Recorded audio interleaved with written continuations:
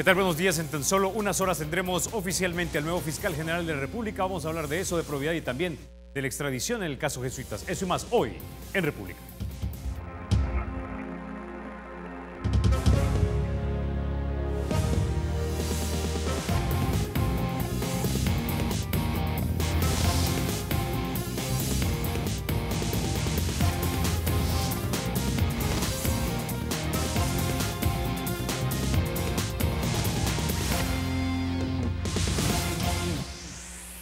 Bueno, esta mañana damos la bienvenida a nuestros invitados. Nos acompañan Erika Saldaña, ella es abogado y también miembro de la Corte Suprema de Justicia. También nos acompaña el doctor Félix Ulloa, él es analista y también presidente del Instituto de Estudios Jurídicos de El Salvador, amigo de República y cariñosamente Mr. Republican. También nos acompaña esta mañana doña Morena Paredes, también amiga de República y directora de SOS Justicia. Bienvenidos todos a República. Bueno, finalmente los diputados ayer se pusieron de acuerdo en algunas de las historias periodísticas que vimos. El último en hablar fue Ernesto Mason de Arena y dijo, bueno, si esta persona está en la lista de todos, debería ser el fiscal. Finalmente también lo dijo la presidenta de esa comisión, Lorena Peña. Así que Douglas Arquímedes Meléndez es, por decirlo así, el fiscal electo, no ha sido juramentado. ¿Qué sabemos de él, Félix?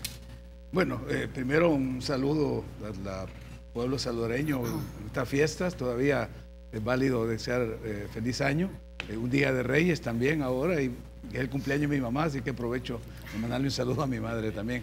Bueno, mira, realmente lo que se sabe de él es bastante positivo hasta ahora, lo que yo he escuchado. Quiero decir que personalmente no lo conozco, pero las referencias que he tenido a partir de que se conoció la noticia que había consenso en las fracciones legislativas es que es un fiscal que hizo carrera en la fiscalía, que llevó casos emblemáticos, creo que el de Fincepro, el caso Suster, que fue una investigación que le dio a él la posibilidad de combinar las acciones de fiscalía con las de investigación. Creo que las referencias hasta ahora, que ha estado pues trabajando en la gerencia legal de CEPA, también son positivas. Creo que eso habría que darle pues el beneficio de la duda.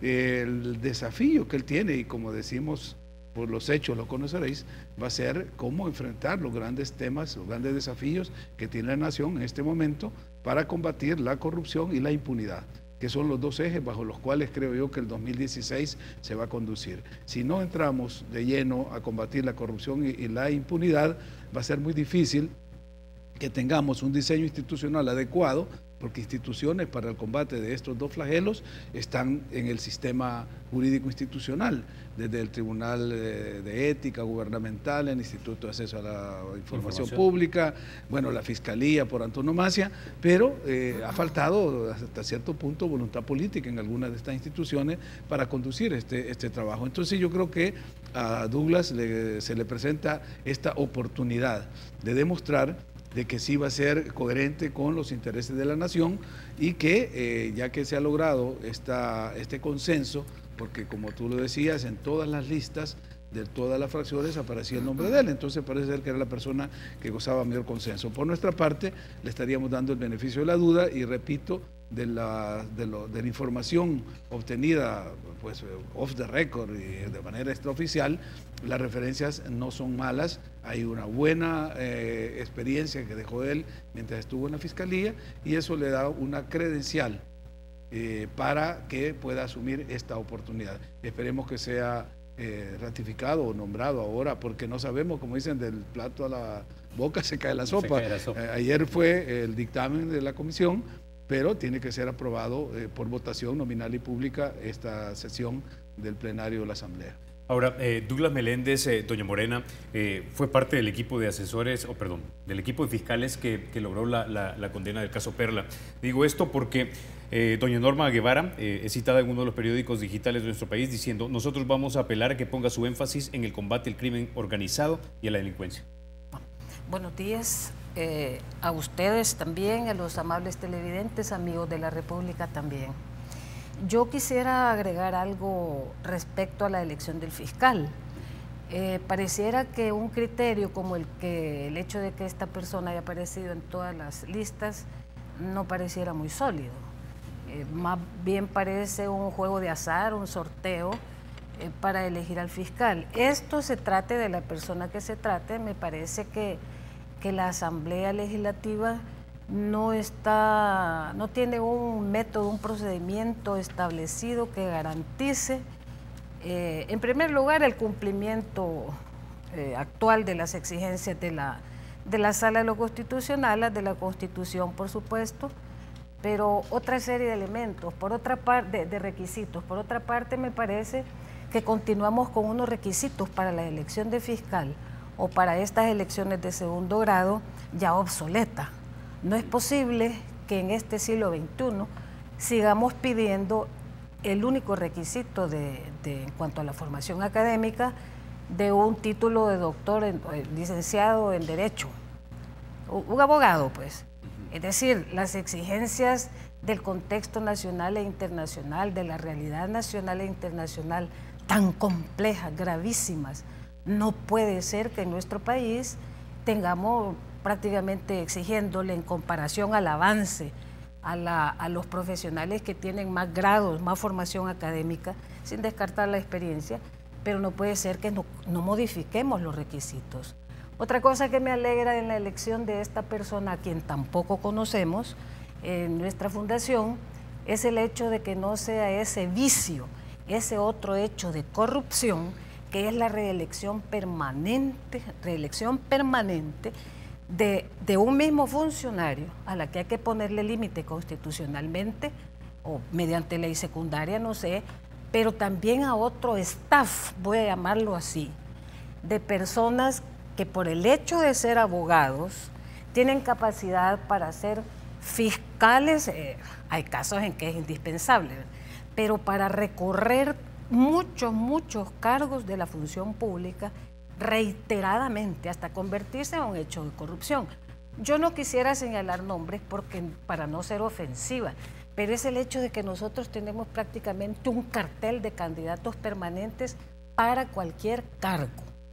Comparto con Félix el hecho de que uno de los grandes desafíos que va a tener el fiscal general de la República, ya sea que de verdad se tome la sopa o como dijiste, o que se le derrame, va a ser precisamente el combate de la corrupción.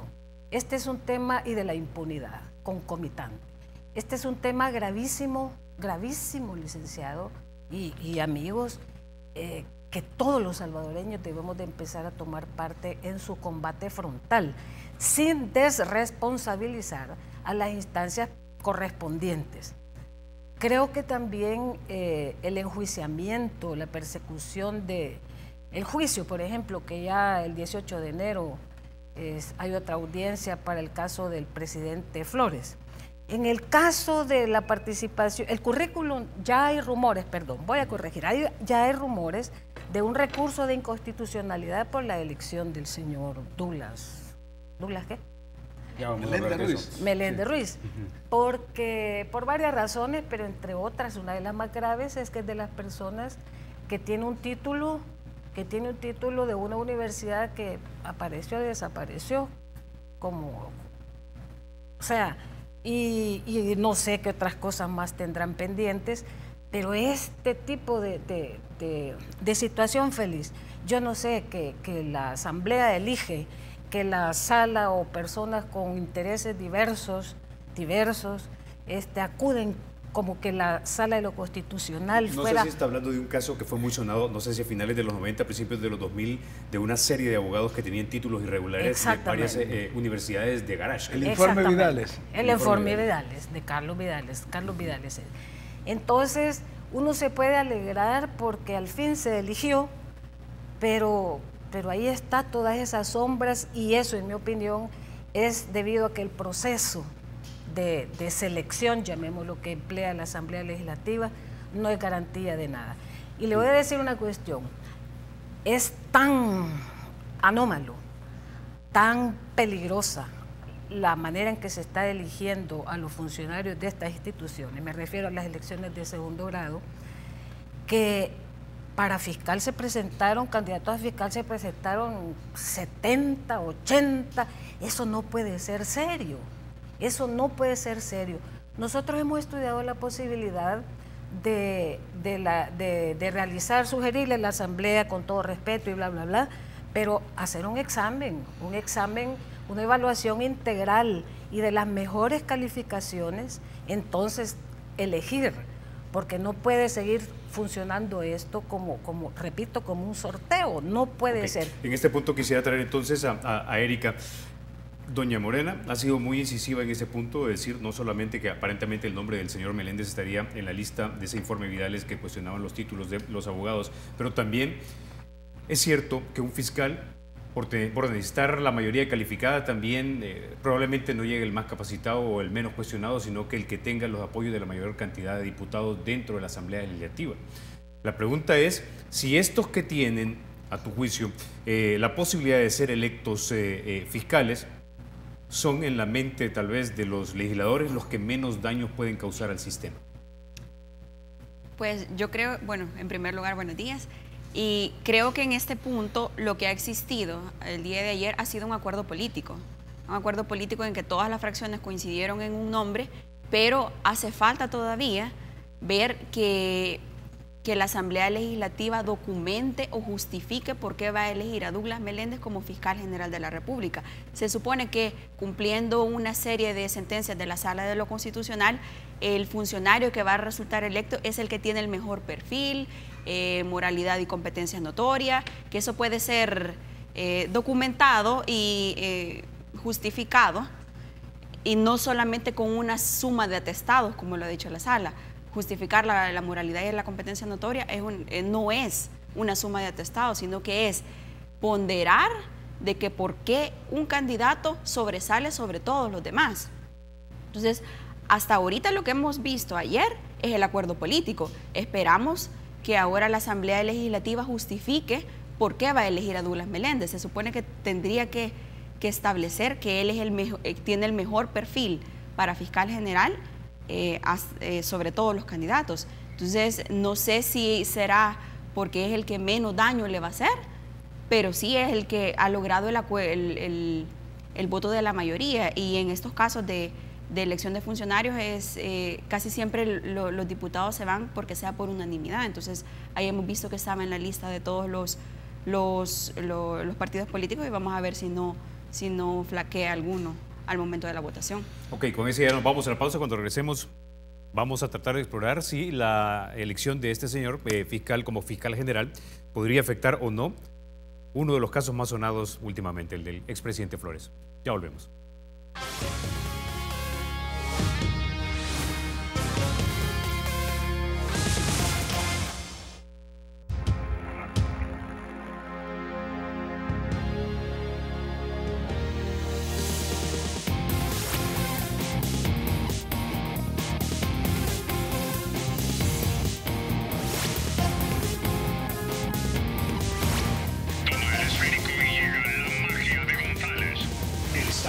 Será siempre libre e independiente, y no será jamás el patrimonio de ninguna familia ni persona.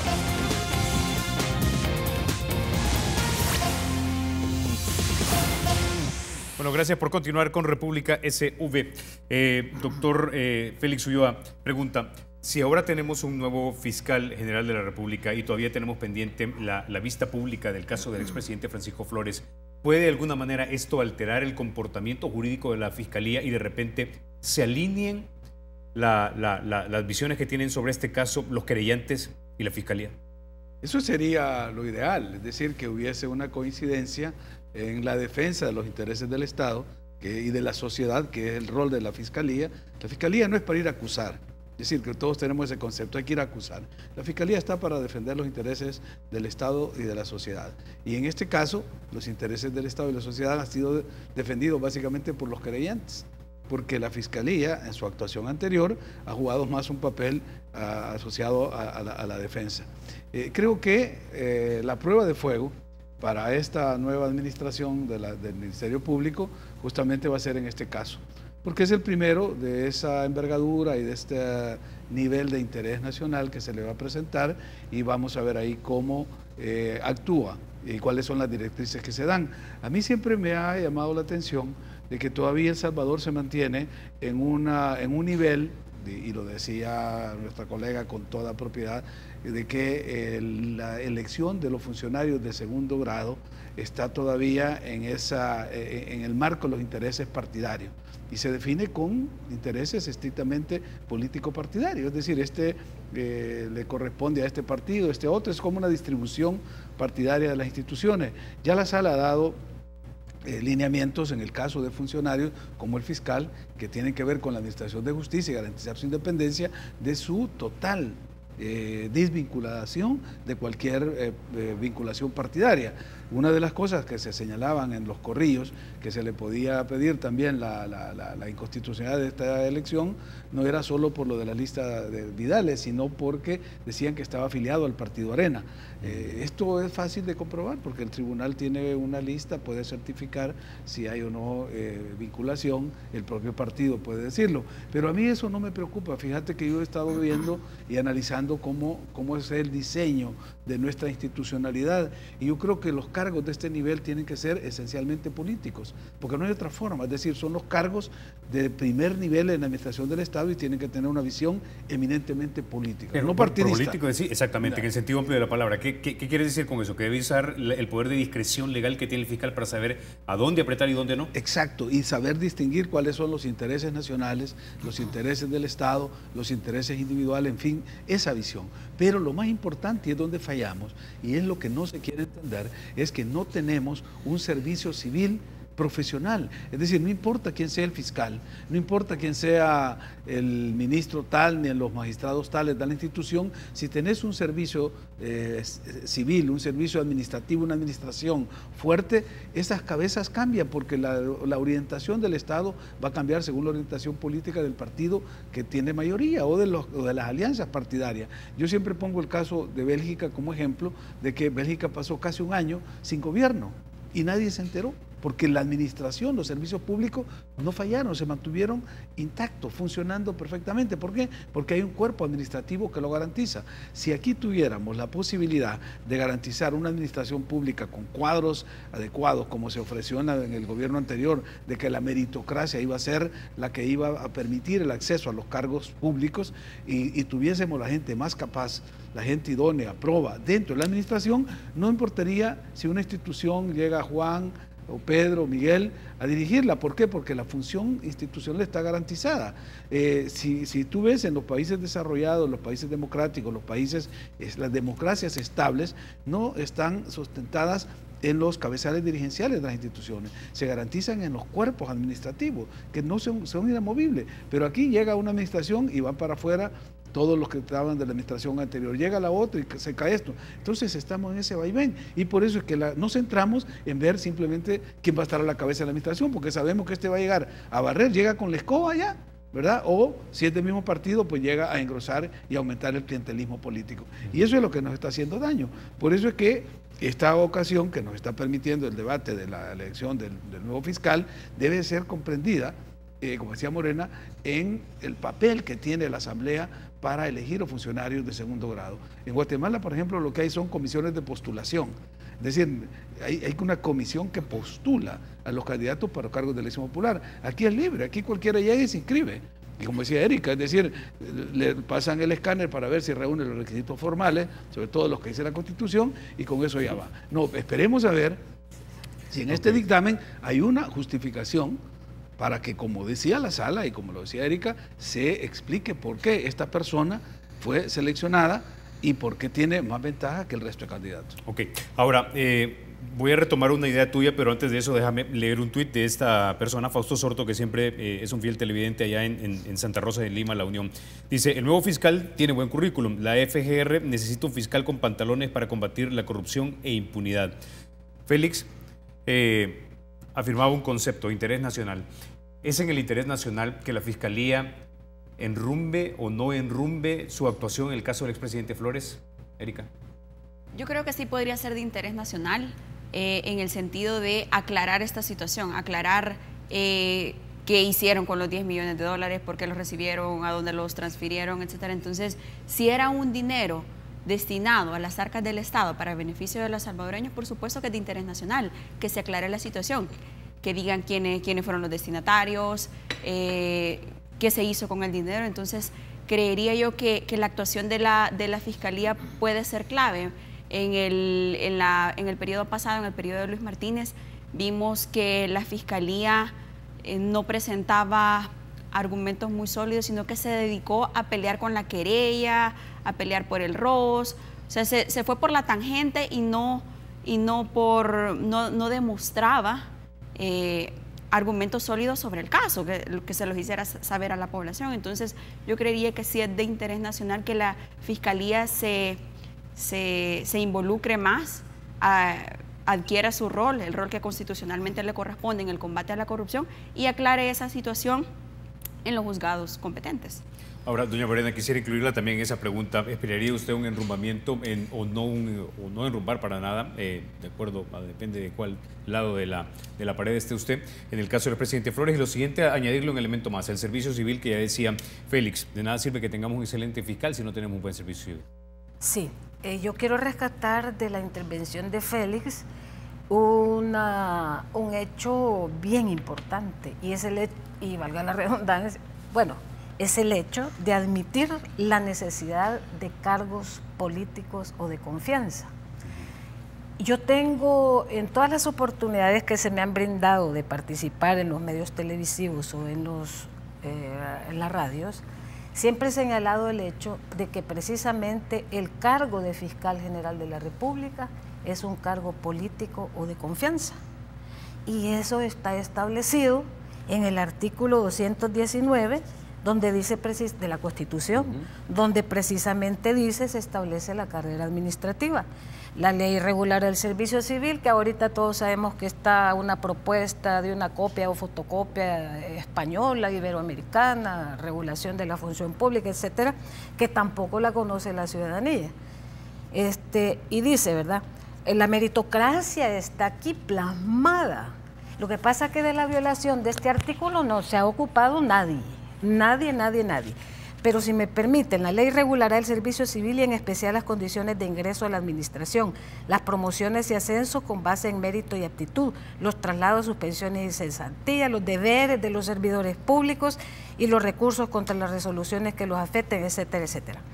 No estarán comprendidos en la carrera administrativa, dice la Constitución, los funcionarios o empleados que desempeñen cargos políticos o de confianza, y en particular los ministros y viceministros de Estado, el fiscal general de la República, aquí subrayado, pero esto es de hace 1000 años, ¿verdad?, el procurador general de la República, los secretarios de la Presidencia de la República, etcétera, etcétera.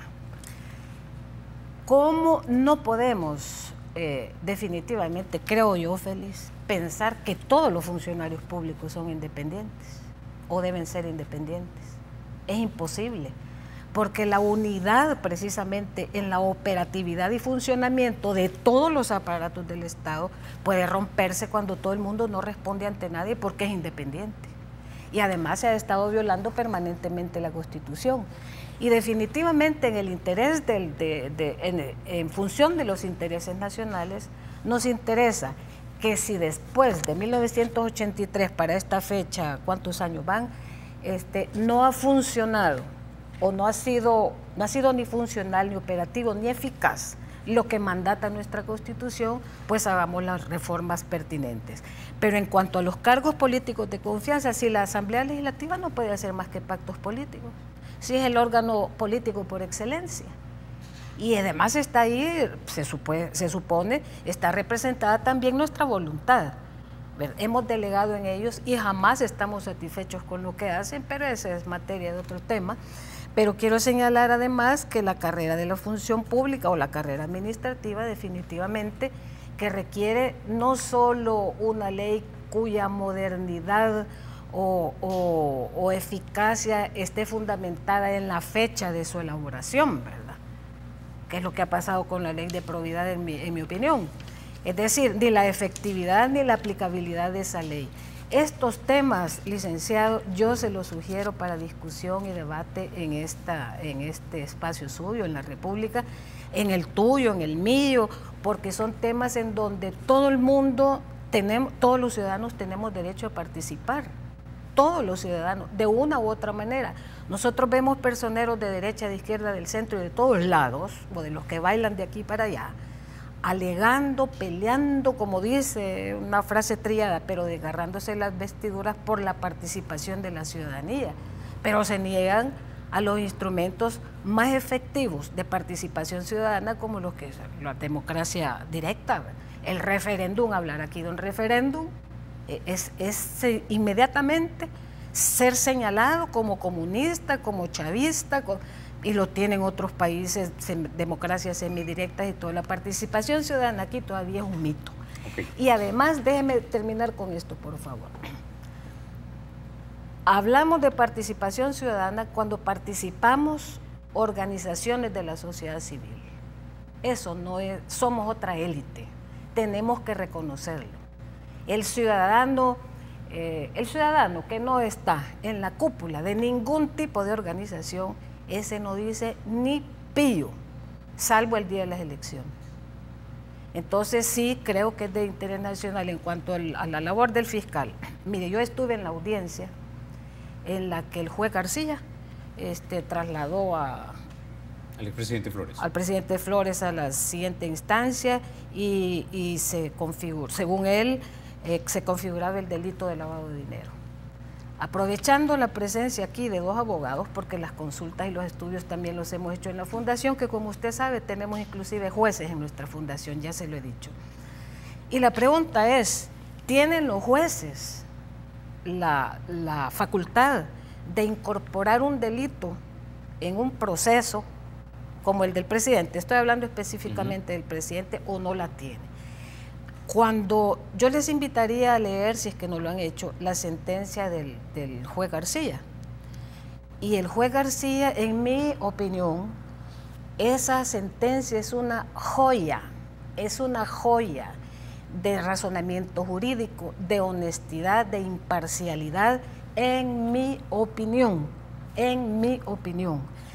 El juez, cuando describe la querella y sobre todo la querella, todo el periplo que hizo el dinero, los 10 millones de dólares y todo, a mí me parece que desde el primer juez de paz, que a quien en mi opinión habría que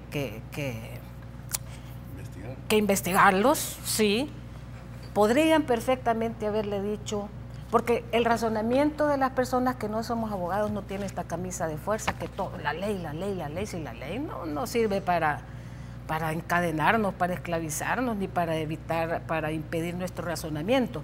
Pero quiero decir, todo el periplo que la querella hizo describe de la circulación de ese dinero, que fue a una fundación, que a un banco, que los bancos se negaron, que Costa Rica, ya lo conocen básicamente ustedes, todos está esos argumentándose detalles. que sí constituía lavado de dinero. Ahí está. Okay.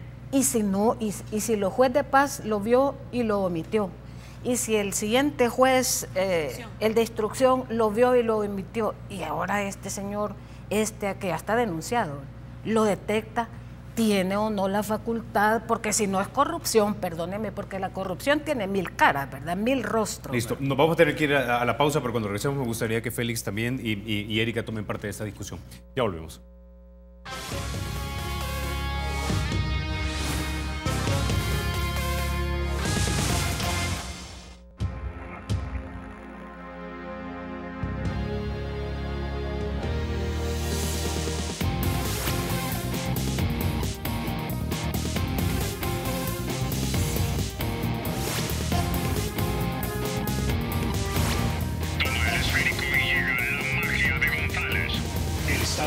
Será siempre libre e independiente y no será jamás el patrimonio de ninguna familia ni persona.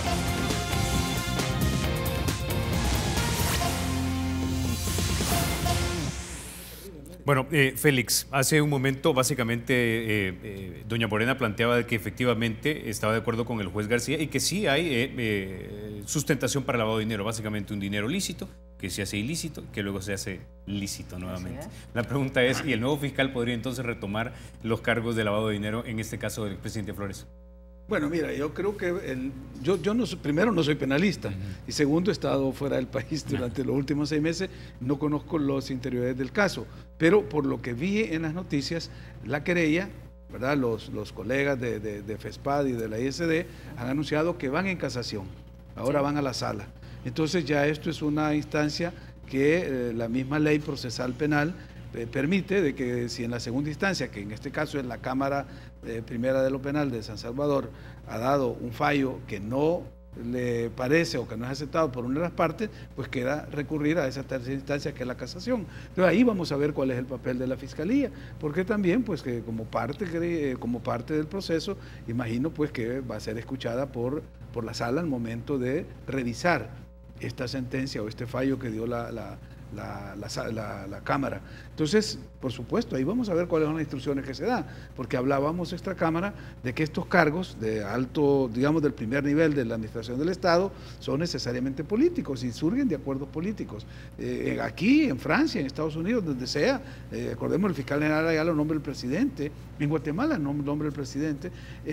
¿Qué te quiero decir con eso? De que la garantía, en este caso, el servicio que estamos demandando los ciudadanos es la justicia, o sea, que haya justicia. Entonces, ese principio, ese valor, ese servicio público no va a estar garantizado por lo que diga el fiscal general. Hay un cuerpo administrativo, funcional, que operativiza. Y si ese cuerpo se siente protegido, fuerte, avalado por lo que está haciendo, por el bien común que rige la administración pública, entonces, aunque el fiscal, su jefe, le diera instrucciones de hacer cosas incorrectas o que ellos no estén de acuerdo, no lo harían, porque se sentirían fuertes. Pero aquí, ante la desprotección que tiene el empleado público, el funcionario público que no está protegido políticamente, lo que se hace es seguir lo que dice el fiscal. Yo he oído, en algunos casos, en el caso Flores, por ejemplo, de algunos fiscales o gente cercana a la Fiscalía, que decían que no estaban de acuerdo con la línea que estaba dando el fiscal general. Bueno, de hecho, hay un fiscal, que era fiscal, que tuvo que salir de la Fiscalía, una carta de renuncia de él, que también es una pieza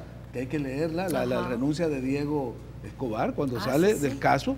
¿Por qué? Porque él es el que descubre esto de la situación que se estaba dando, del lavado de dinero y esas cosas, y no estaba de acuerdo. Entonces él puso una carta, renunció y se fue.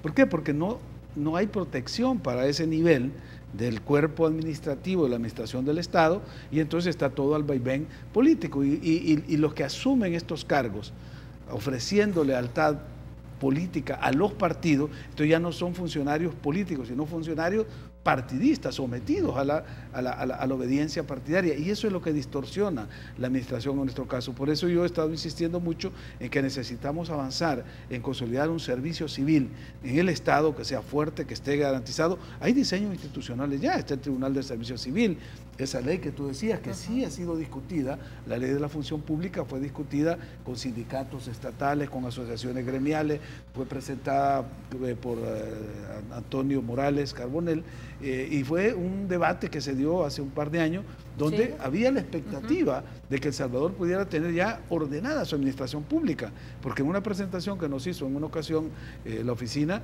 encontramos que habían miles de categorías en la administración, gente que tenía salarios exorbitantes para funciones que no correspondían, de motoristas o de conserje, y profesionales con maestrías y doctorados que estaban subpagados. Entonces, ordenar la administración pública es una tarea urgente y vital. Y no sé por qué se ha hecho de lado y no se le da atención. Entonces nos centramos en ver la figura de la cabeza de las instituciones, pero si el cuerpo está contaminado, no está calificado, porque hemos vuelto otra vez a esta visión clientelar de la administración pública. Entonces hay que meter gente, ¿verdad? Los cuadros del partido, los militantes, los familiares. Y fue el caso patético, fue el de la Corte Suprema, donde había una economía de salario por una gran cantidad de plazas que no se llenaban, y de repente fueron centenares de personas que entraron ahí a hacer qué, ¿verdad? Entonces yo creo que esas son las lecciones aprendidas que tenemos que implementar, y que bien que con la elección del fiscal se da la oportunidad de revisar todas estas políticas públicas de cara a la administración. Yo quisiera matizar, si me permite, Carlos, antes que se me escape la idea, una afirmación de Félix. Bueno, primero voy a decir que creo que este clientelismo, el nepotismo, el compadrazgo en el país no es que haya vuelto a aparecer. Yo diría que eso ha acompañado a la República de El Salvador desde su origen. Pero lo que quiero señalar es que cuando el funcionario público, decía Félix, es leal al partido político, eso señalaba. Eso me recuerda a la sentencia de la sala, en donde, en mi opinión, en nuestra opinión, arbitrariamente y violando otros derechos, prohíbe la militancia política para poder optar a cargos públicos. Ya sabemos todo eso. No cargos públicos, para los cargos que ejercen jurisdicción, porque ese es el mito que se ha Pero, creado, que la sala está contra la militancia partidaria. No, la sala lo que está garantizando es la independencia judicial, y los cargos donde se ejerce jurisdicción son los únicos, que son los 30 en toda la administración pública. Es cuestión de interpretación, ¿verdad? Tú lo interpretas así, nosotros lo interpretamos de otra manera. Porque hablando de lealtades y hablando de partidos políticos, tenemos que llegar a los poderes fácticos de este país. No es garantía decir las lealtades, intentar eliminar las lealtades partidarias, cuando hay lealtades que llegan hasta la servidumbre con el capital. Ok, ahora, Erika, entonces, ¿cómo podríamos mejorar nuestro proceso de selección de fiscal general de la República? Es decir, creamos un mecanismo de preselección realmente basado en calificaciones técnicas con previos exámenes propuestos por, de repente, organizaciones de abogados en conjunto con universidades, y que las audiencias o entrevistas a estos postulantes sean completamente públicas, transmitidas a través de la radio y la televisión legislativa. ¿Cómo lo hacemos? Yo creo que hay que estructurar bien los procesos de selección, no solamente para fiscal general, sino que para todos los cargos que establece el 131 ordinal 19 de la Constitución. Eso lo podríamos hacer filtrando, en primer lugar, filtrando currículums que llegan. Hay que establecer competencias específicas, por ejemplo, para el cargo de fiscal general. Creo yo que es imprescindible que sea un abogado experto en derecho penal, derecho sancionatorio. No va a llegar cualquiera a decir, a asumir que sabe solo por el hecho de ser abogado. El derecho es una rama demasiado amplia, y creo que hay gente que se puede especificar y conocer más los procesos. ¿Por qué? Porque no va a llegar a aprender ahí. El periodo de fiscal general es tan corto, son 3 años, que tiene que llegar básicamente a trabajar de un solo. Ese es un aspecto positivo que yo le veo a la elección de este señor Douglas Meléndez, que es fiscal de carrera. Él no tiene que llegar a aprender, él conoce la institución, y creo que no tiene tiempo y no estaríamos esperando darle el tiempo de que conozca la institución, los problemas, ya lo sabe. Esperemos que entre de un solo a trabajar. De ahí podemos, la serie de entrevistas que siempre se da para conocer el manejo, las ideas de la persona, la filosofía de una persona, filosofía de trabajo, de institución, de país. Pueden ser exámenes, como lo mencionaba Morena, pueden ser exámenes de aptitud. El punto es estructurar un proceso que establezca requisitos objetivos, que establezca parámetros, ponderaciones y una forma objetiva de saber por qué están eligiendo a alguien. No solamente por el acuerdo político de que estén todas las listas, de que nos cae bien a todos, de que nos puede ayudar a todos o no le puede ayudar a nadie. No, esos son criterios políticos. Creo que en este tipo de cargos, a pesar del nivel de confianza que tenga que existir y del acuerdo político que debe existir, sí hay cierto componente técnico que deben cumplir para elegir el mejor perfil. Ok, con ese nos quedamos. Cuando regresemos hablamos de la sancionada o no sancionada ley de probidad. Ya volvemos.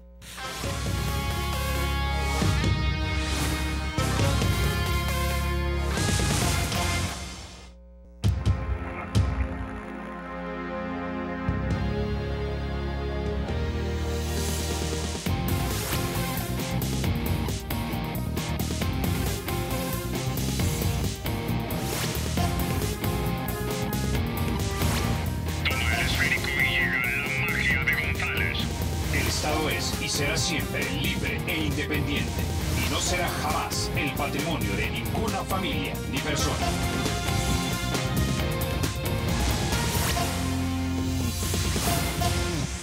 Bueno, Erika, el día de ayer estuvo aquí con nosotros don Eugenio Chicas, el secretario de Comunicaciones de la Presidencia, y le preguntamos si ya se había aprobado, si iba a vetar o observar la ley de probidad. Nos dijo en ese momento, mira, esa ley todavía la están estudiando en el Departamento Jurídico de la Presidencia. Sin embargo, por la tarde se corrige, dice que efectivamente, digamos, había una especie de incomunicación ahí, pero que efectivamente se había sancionado en los días de diciembre. Aparentemente, alguien subió un documento a la red básicamente que constataba que eso ya había sido publicado en el diario oficial, lo que lo hace entonces Ley de la República.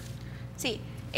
Bueno, aquí hay que traer a cuenta una resolución de la Sala de lo Constitucional, en la Inconstitucionalidad 1094, de hace un montón de años, en la que se establece que la vigencia de una ley es a partir de la efectiva publicación en el diario oficial.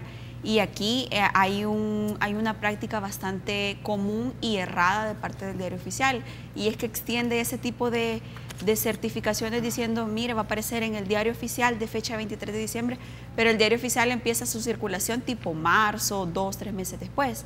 Entonces, yo sí creería que la ley aún no está vigente porque, bueno, no sé si ya se actualizó el diario oficial y ahora cada vez que emiten esas certificaciones ya está en circulación el diario oficial, no sé si se ha actualizado, pero de no ser así, creo yo que todavía falta el tiempo y además falta el tiempo que establece la Constitución, el mínimo, que son 8 días para la vigencia efectiva de una ley, la vacatio legis.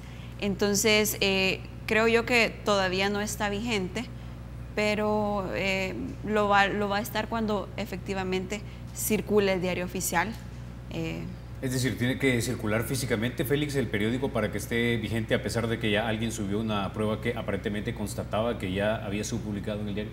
Fíjate que no conocía la sentencia que dice Erika, y sí conocía otra que surgió a raíz de que un abogado, sabiendo que el diario oficial llevaba esa demora en salir publicado, en un hecho hace un año, 2 años, que no salía el diario oficial, él presentó una demanda de inconstitucionalidad basándose en los hechos notorios y la sala la admitió. O sea, sin necesidad de presentar físicamente el diario oficial, él alegó de que por ser ya un hecho notorio el acto estaba surtiendo efecto jurídico y por lo tanto la sala lo admitió. No sé si se trata para leyes generales como esta o actos específicos como el que alegaba este abogado.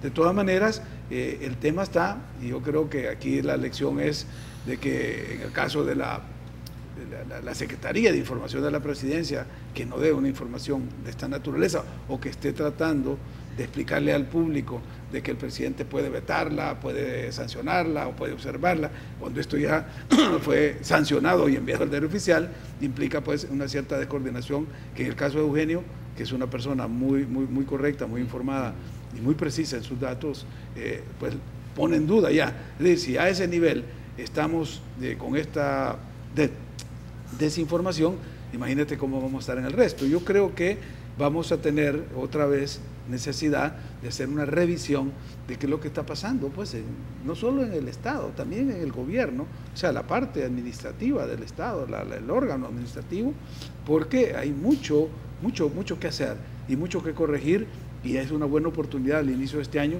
poder tomar algunas decisiones para corregir rumbo. Ahora, doña Morena, entrando a la sustancia de la ley, hace unos minutos Erika decía que, bueno, una de las, bueno, no decía esto, pero básicamente lo sustentaba en que en la Constitución está previsto que tiene que haber juicio por enriquecimiento ilícito, pero en esta ley no se encuentra. Otra de las críticas que se le hace es que no es la Corte Plena la que decidiría entonces sobre estos tipos de casos, sino que una sala específica, la Sala de lo Civil. Y lo siguiente es también que los ciudadanos no podrían poner denuncias si ellos miran o detectan que un funcionario de repente se ha enriquecido. ¿Usted está satisfecha con que se haya sancionado esta ley? No, mire, en realidad, de ser cierto que está subido, ¿verdad? Vigente. ¿Perdón? Vigente. No, subido en internet, ¿verdad? Y que ya está en el diario oficial. Mire, a nivel personal es una decepción, porque yo creo que el profesor presidente, ¿verdad? Una de las profesiones más sagradas en mi opinión, siempre he creído que él podrá ser una persona que no tiene facilidad de expresión, que sus debilidades, vaya, digamos, para tener simpatías y arrollar con la población e inclusive con los opositores, como fue el caso de Chafik, ¿verdad? Pero siempre he creído que es una persona decente, y ni una persona decente y ningún funcionario decente aprobaría una ley como la que ha aprobado, la que se supone que ha sancionado, ¿verdad? no la sancionaría, la vetaría de cabo a rabo, ¿verdad? O no sé cómo es la expresión, siempre que es una expresión así no la digo bien, pero no importa.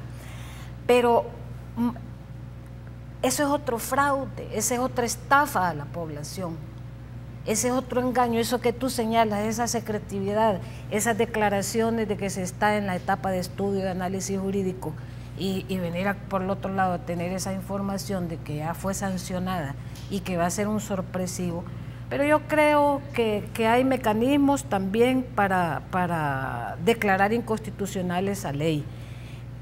Que si la ley, si a mí me dieran a escoger entre estas tres, los documentos que conozco, el decreto, el último de la Asamblea Legislativa, el decreto de esa ley, el anteproyecto de ley de probidad y la antigua, la ley viejita, ¿verdad?, que decimos obsoleta peyorativamente, pero aquí hay más inteligencia, más responsabilidad, más fundamentación jurídica, más lógica, que es elemental, fundamental en la materia del derecho.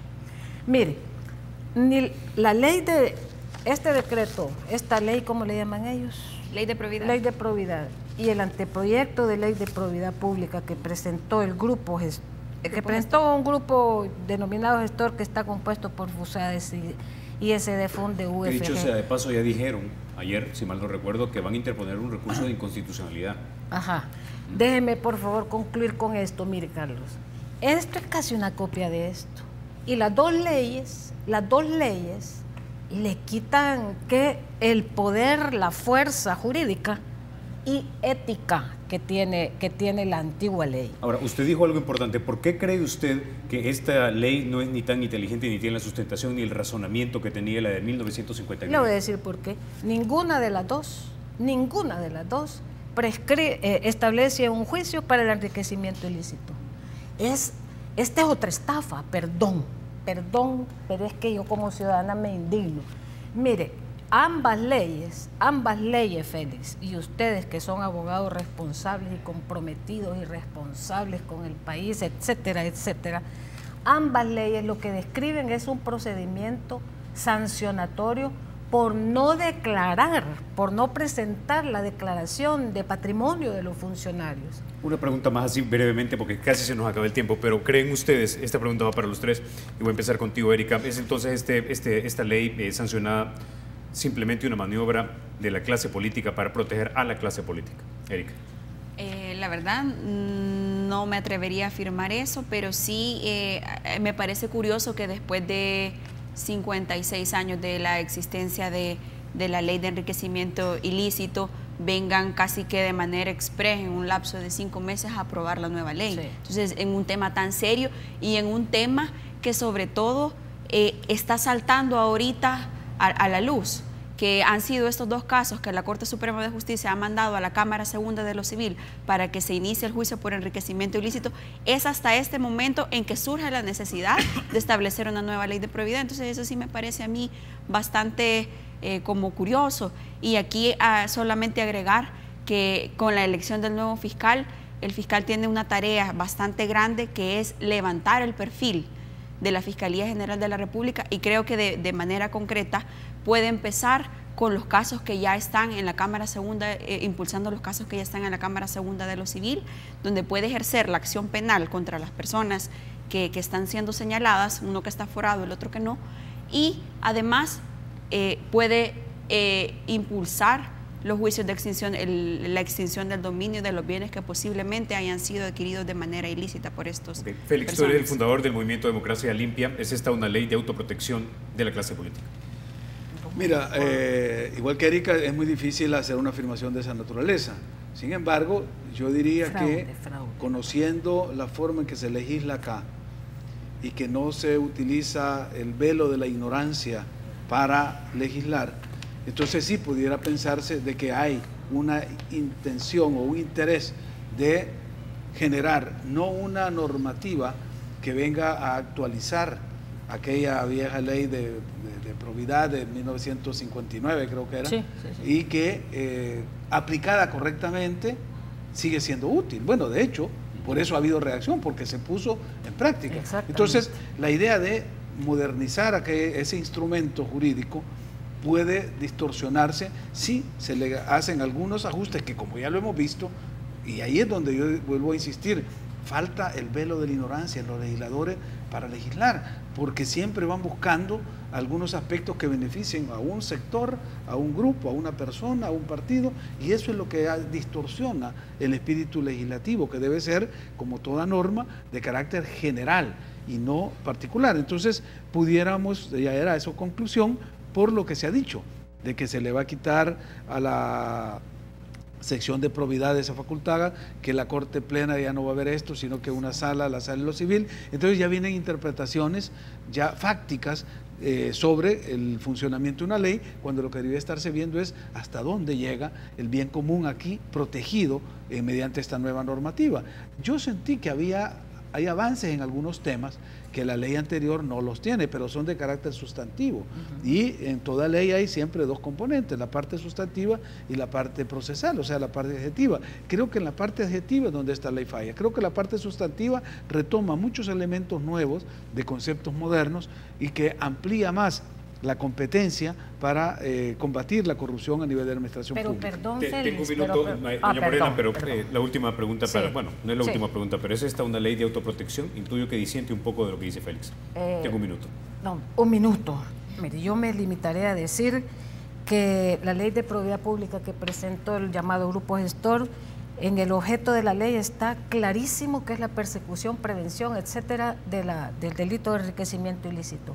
En el resto, en el desarrollo de esta ley, es totalmente incoherente con el objeto, puesto que en el procedimiento, Félix, insisto, desde mi ignorancia, desde que no soy abogada, pero insisto, el procedimiento no es para combatir o castigar el enriquecimiento ilícito, sino para combatir, para multar con multas ridículas, ¿verdad?, porque no se presenta la declaración de patrimonio. Por otra parte, una cosa bien fundamental, Félix, que quiero dejártela a ti y a Democracia, ¿qué? ¿Limpia? Democracia limpia. A Democracia Limpia, aséptica, etcétera. Quiero dejarte esta inquietud. Mira, esta ley le concede atribuciones jurisdiccionales a la sección de probidad. Y no es posible si la función de juzgar, hacer ejecutar los juzgados, etcétera, corresponde exclusivamente al órgano judicial. Y vemos nacer cada vez más elefantes blancos, que ahí sería dentro de la institución, como el Instituto de Acceso a la Información, ¿verdad? Bueno, se nos acabó el tiempo, doña Morena, pero ha sido una interesante entrevista. Muchísimas gracias por haber estado con nosotros esta mañana. Se los agradezco. Erika, Félix y doña Morena. A ustedes, amigos, los dejamos con la emisión matutina de Teleprensa, 7:30 de la mañana. Soy Carlos Toledo, gracias por vernos. Recuerden, la República es de todos y hay que cuidarla.